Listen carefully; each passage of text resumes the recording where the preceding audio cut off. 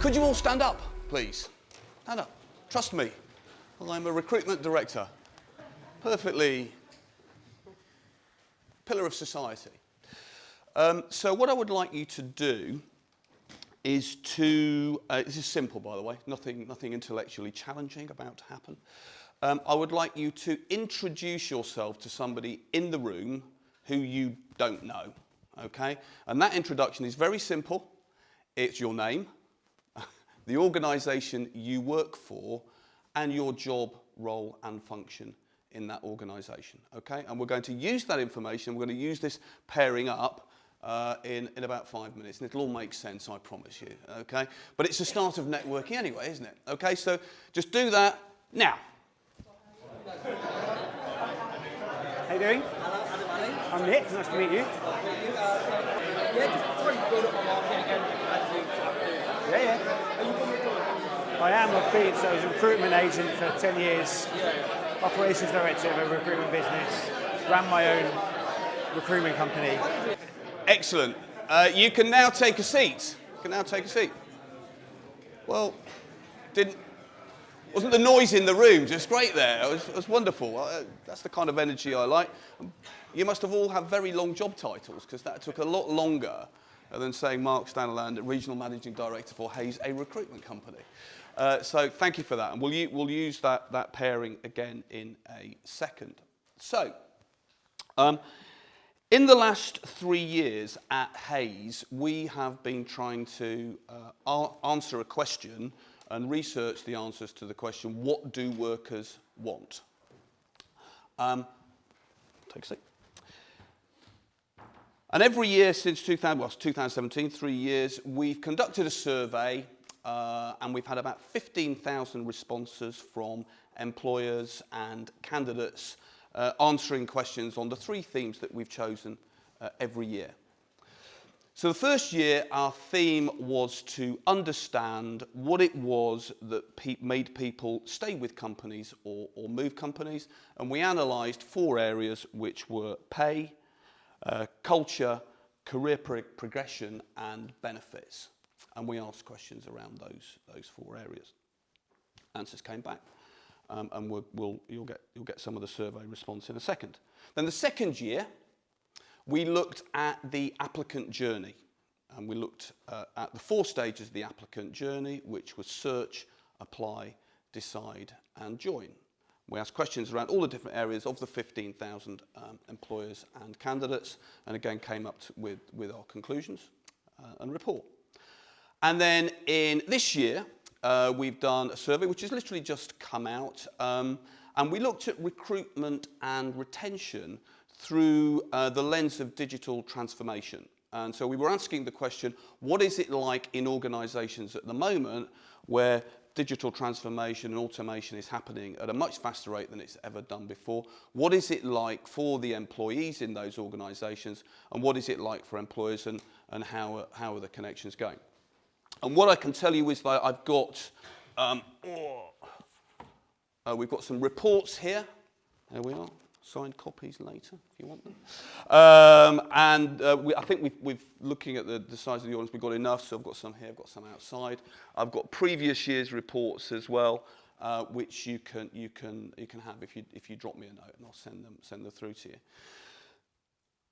What I hope is that the reports all, for me, produced fairly practical recommendations. I've got to be honest, I don't think it comes up with rocket science, but I do think it does shine some light on things that we can all go away and improve on. And for recruiters or those in HR, it's evidence-based as well. So rather than saying the obvious stuff, like, wouldn't it be good if we had structured interviews, which, you said, well, actually, how important is that? How bad is it out there? What's the feedback we had on these sorts of areas? Okay. What I would like you to do now, again, don't do anything yet because you'll make a lot of noise, okay, is to go back with the person that you just introduced yourself to. And this time what I would like you to do is do the following. I want you to describe the company culture in the organisation, or the organisational culture in which you work. What is it like to to work there? How does it feel to work? If I was to come in and work in your organisation tomorrow, what would that culture be? How would that feel? So you describe the culture. One. Second, describe how you feel about that culture and why you love it, enjoy it, whatever it is that you feel about it. Okay, so describe it and then your perspective on it. Okay? That'll take 2 minutes, I think. Okay, it's got a minute each to do that. You ready? Go!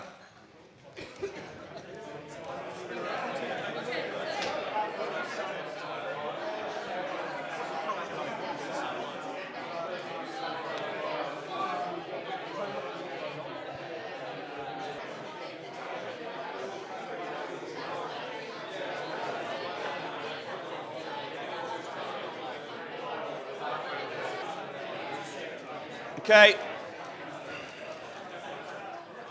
Adam, sit down. Brilliant. So, lots of people going, actually, I really like the sound of your company. I love the sound of the culture that you've got there.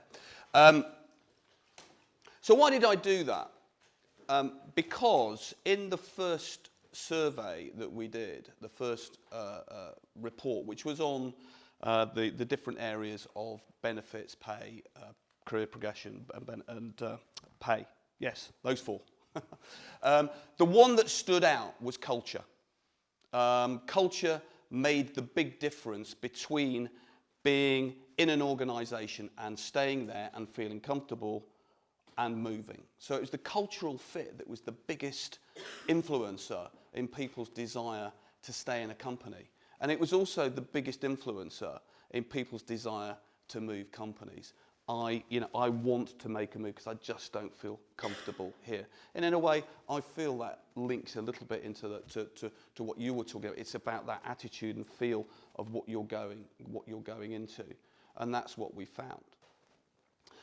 Critically, the bit that we also found from the survey was that in 40% of interviews that were taking place, and this is from employers and candidates, culture was not discussed. Culture was not discussed. And so it was a really, really clear signal that actually we're not articulating our culture, we're not making the most of that factor. A, to make sure that there's a really clear understanding that people know what they're coming into. You know, occasionally you hear that thing, oh, you know, I was slightly misled as to what was going to happen. Or they just feel, actually, when I got there, it just wasn't what it was, you know, how it was explained at interview, etc.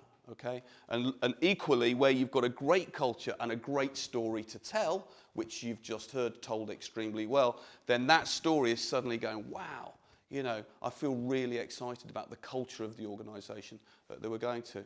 And so just a big missed opportunity over what our cultures are. And the interesting thing is, and perhaps this links into another part of the presentation, if you ask different people within, if you go out now and ask people those two questions, describe it and how you feel, how many different answers are you going to get? And then how much better then could you articulate that if you've got all the good stuff together and got it out there?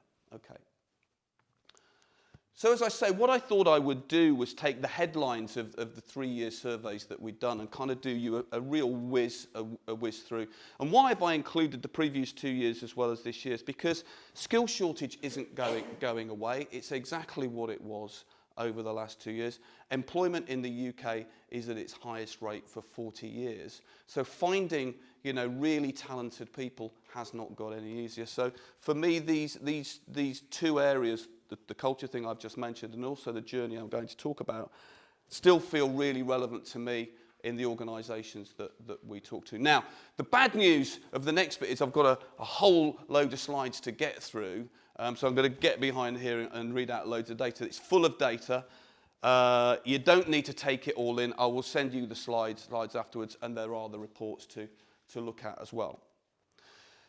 So with Search, Apply, Decide and Join, what we did, we looked at the 4 stages, and we contrasted the experience of employer and employee. And one thing we did really usefully at the end of it, we produced a diagnostic tool that is free, that you can use, and I've used it myself, and it compares what you think your journey is, and it compares that to what a candidate is actually looking for and their expectations. So if you're in HR or recruitment and you want a nice bit of evidence to take back and say, look, I think this is what we can do, then that's a really good tool. And I can give you the link to that at the end. Let me just take a bit of a deeper dive into the candidate journey. So based on the research, 63% of candidates at one time or another have been deterred from completing their application. So what we found was there was a massive potential for people to improve their candidate journeys. And then the really kind of, I love this slide because in essence what it showed is that at the start of the search to decide journey, the employer and the candidate both are in a pretty good place thinking, this is good, this is quite an enjoyable experience. But the candidate's experience kind of plummets away. So by the time we get to decide and join, they're pretty hacked off. And actually, it's just not very well handled. And I just wonder there about the joining up of the processes and organisations. Who designs the first bit and who's dealing with the last bit? And is it a seamless process that everybody is joined up on? So there was a big difference. And the toughest area was at the end point where 84% of candidates said they'd had a negative experience during the decision stage. Interviews came out pretty badly as part of the latter stage process, which you referred to, Nick, which is unprepared interviews and a lack of interview structure. You have that high up on your predictive index. So effectively, lots of, I suspect, contributing to the 46% data that you had is just sort of chaos interviews. I remember going out as a recruiter and myself going to organisations and, you get a construction director says, I do it my own way, I know how to interview, and I've got it right for years and years and years. Well, that's because, but then you've got an organisation where everybody's with that attitude of, I know best, and you can have chaos, and it's probably why there's that high rate. So, and there's always, plenty of, horror stories about interviews. Not time to go into now. So, what did we find out? So, what do workers want from their journey? They want employers to be transparent and authentic. I think authenticity links into the culture piece. They want an efficient, processed and personalised communication.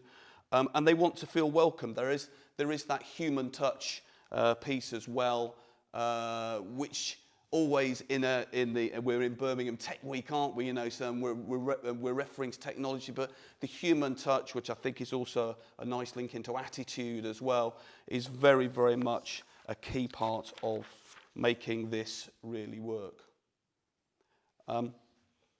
Today's candidate, of course, again, very appropriately given the backdrop and its tech week, expects to find out everything about your organisation before they walk through the door. And our survey found that 1 out of 2 professionals actually won't even bother applying if they can't find that information online. 61% of candidates said they'd been discouraged from applying for a job after reading negative reviews online about an organisation. So effectively, if there's stuff out there that they're not going to just go, no, thanks very much. There's better places for me to go and plough my furrow.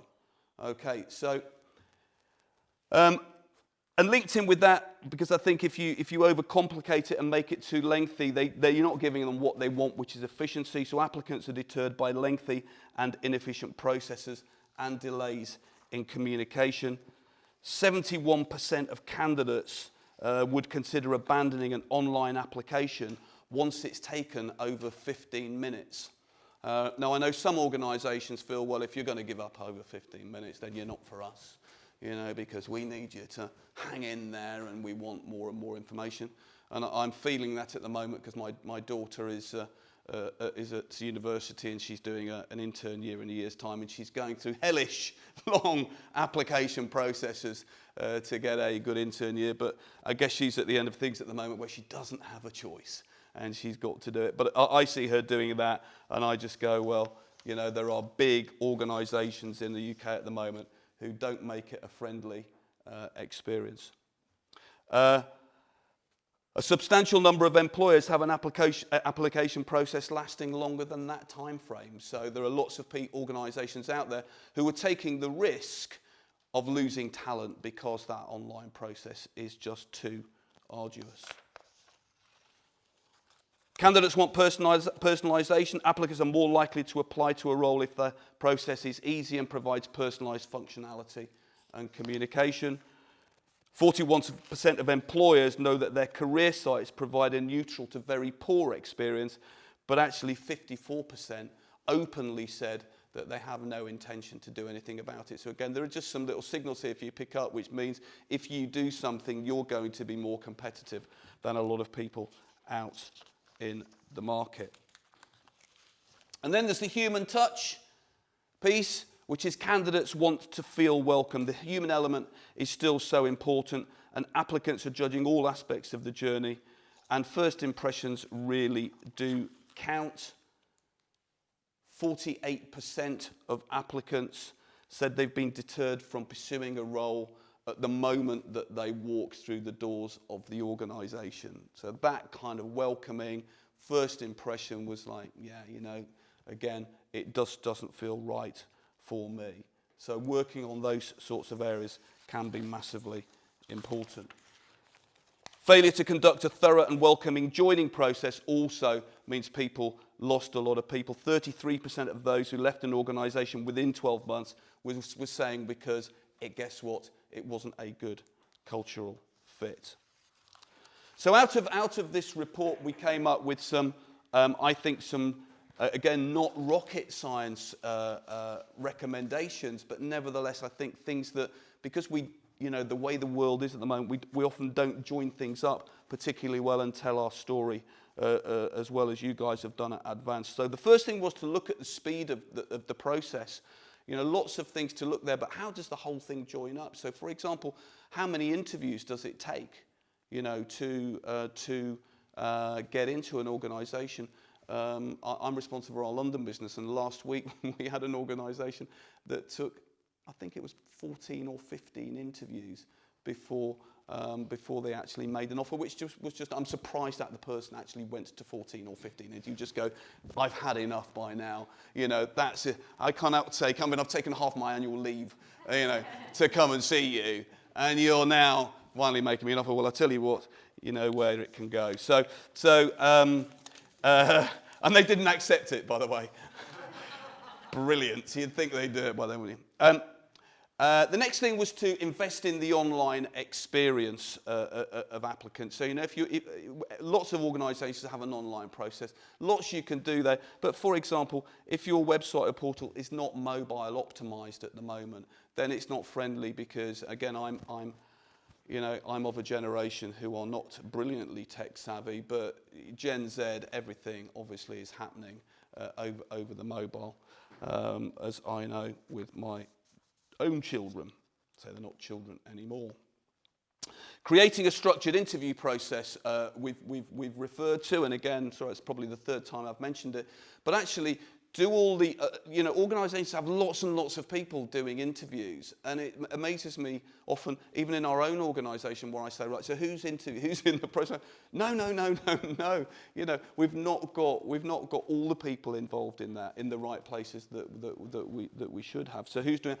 And what's the questions? I think you were talking about, again, having a good set of structured questions in there. Always a bit of room for going off piste, but making sure that you've got a nice structure around that. And then making employee reviews part of the strategy. I think this is really key now because of this thing that if I go onto a Glassdoor at the moment and all I get is negative reviews about your organisation, what am I going to think? What I want to see, is an absolute plethora of positive things about an organisation if I'm looking for a job. And then if there's the odd rogue one in there, well, that can happen to the best of organisations. You don't want it, of course you don't, but the overwhelming weight of information that I find should be very positive. So I go, I want to come and work for your organisation. And then the last thing was test your journey. Again, it amazes me how disjointed lots of recruitment processes are, and it's a bit like the ops end is the searching bit, or sorry, the front end of the process can be very sort of dynamic, because all the ops people are going to want the great people, and then somehow maybe the HR processes at the other end can be a bit slow moving and a bit rigid. And I don't mean to have a go at HR there, but I just think it's about everybody joining up and making sure there's a really great process. So that was the findings of that was our kind of second report, which looked at the 4 stages of the interviews. So then we looked this year at digital transformation, and actually it was a really interesting question. What is it like for everybody out there at the moment? Because, I mean, I talked at the Advanced World Conference customer conference at the ICC, and everybody in the room was agreeing that the rate of change now is faster than it ever has been before, and as the quote goes, it's only going to get faster. But how are we all coping with that as employees and employers? So we tried to get throw a look through the lens on that and see how we could make attraction and retention good strategies for attraction and retention, or any advice for our customers on that. So what we found was that digital transformation is a top priority in organisations, with 3/4 of both employers and employees agreeing that investment in this area was top of their agenda. Furthermore, employers of all sizes are investing in digital technology, and 70% of employers basically said that they were investing. With all this digital transformation taking place, what was encouraging about the report was that overall people are really, really positive about this. So I think there is a real embracing of what digital transformation is bringing to organisations. I guess at the end of the day, I know if I talk about Hazy, in order for us to be competitive, stay ahead of the market, find candidates for you that you can't find for yourself, I have to bring in tools that enable me to do that. Otherwise, as a recruiter, I'm out of business. A resounding majority of 86% felt automation should be embraced in the workplace, and most employers and employees believe that digital technology is changing their lives for the better, so very positive.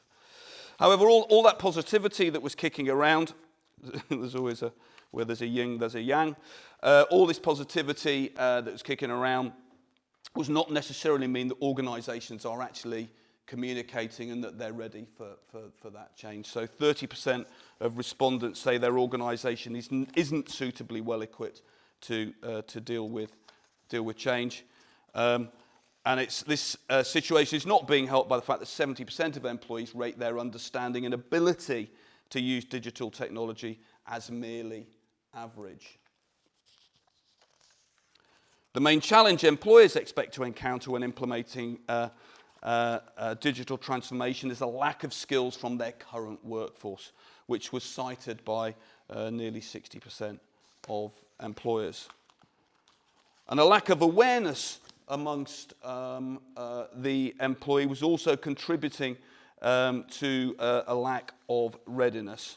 The survey showed that almost a third of employees are unaware if their organisation is currently investing in automation, digital transformation, or has done so in the past. So I hang on that one for a second, because obviously with all that data flying around, there's some that needs to stick. And so there's a big communication opportunity here that is coming out of the report.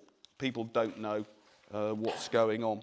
Despite identifying a positive mindset, I'm going to throw in the word attitude here, as the most important factor to deal with the change, candidate attraction strategies are not evolving in line with new skills requirements. It's almost as if we talked before I came here, and we didn't.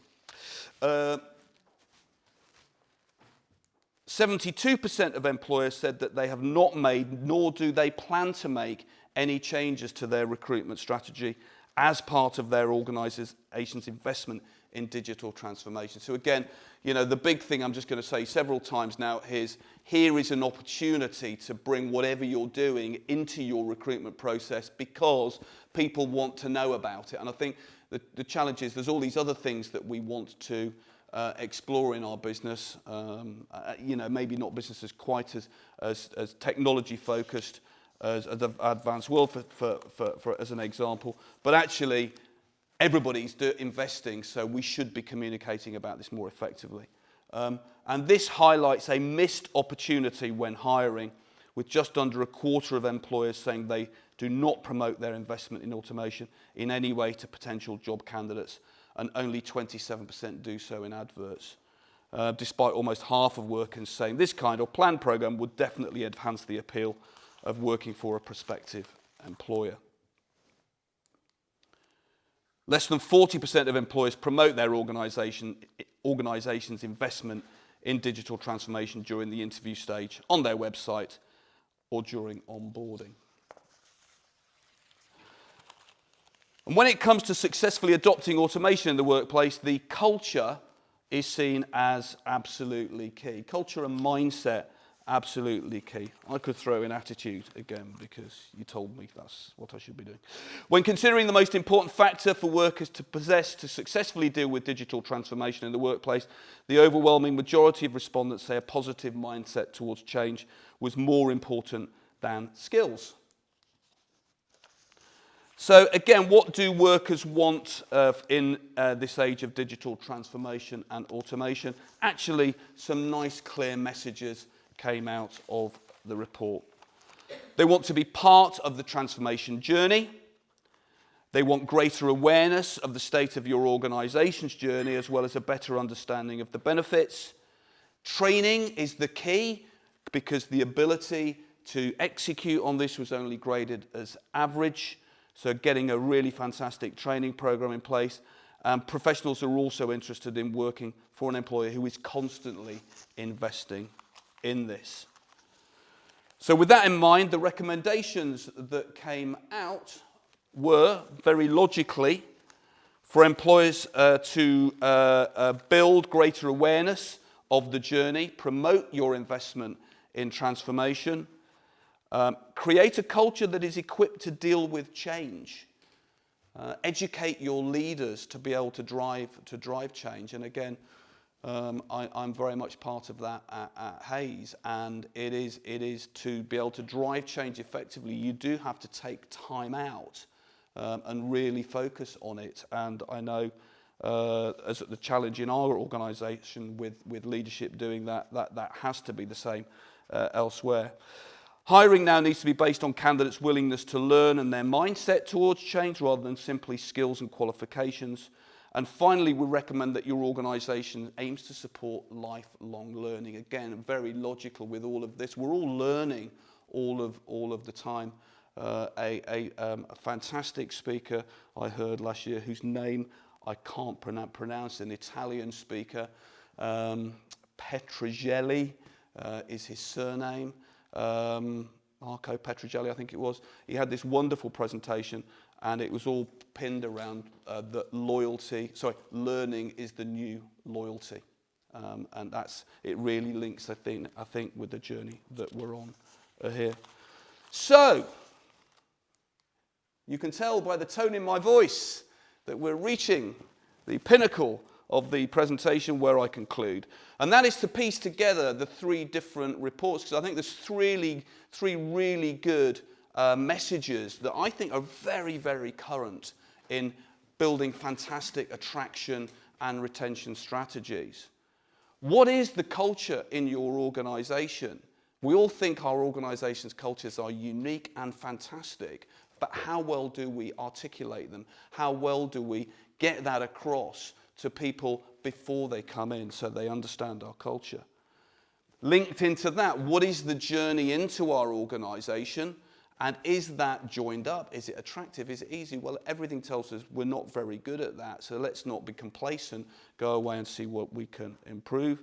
And in this age of rapid change, how do we plug that in to our attraction and retention? Because again, are we being a bit complacent? Do we think we've got it all in place? We know what we're doing because we're in there, but how well are we articulating that to those who might want to join our companies? So that's it for me. I've completed the kind of what workers want spiel. I've got one more slide here, which I just wanted to throw up for you. In 4 weeks' time, 4 weeks today, at Hayes, we are hosting our first ever customer conference, which is taking place at Millennium Point. It's a whole day spent talking about issues which affect organisations around recruitment, but the talks are many and varied. We've got 4 keynote speakers, and I think we've got 8 plenary sessions, and they vary off the top of my head from IR35, diversity and inclusion, AI in the workforce. There's going to be a what workers want. You've just heard it, so you might not want to go to that. And we've got one of the keynote speakers is going to talk about increasing productivity. And I will also be launching our annual salary survey, which we bring out in December. We've got just over 400 registrations for the conference at the moment, but there are spaces. And so I thought I'd ask you, not ask you personally, but say to you, if you wish to come and join us, you are more than welcome. There's no catch with what I'm about to say. It's free. Okay, it is something, you know, lots of the stuff that we talk about, like the presentation I've done, we will tend to do at breakfast seminars or lunches or evening seminars. We've never actually put it all together in one day and hosted a conference. And I have to say, we got the idea following the Advanced conference that we attended in March this year. Thank you. Thank you.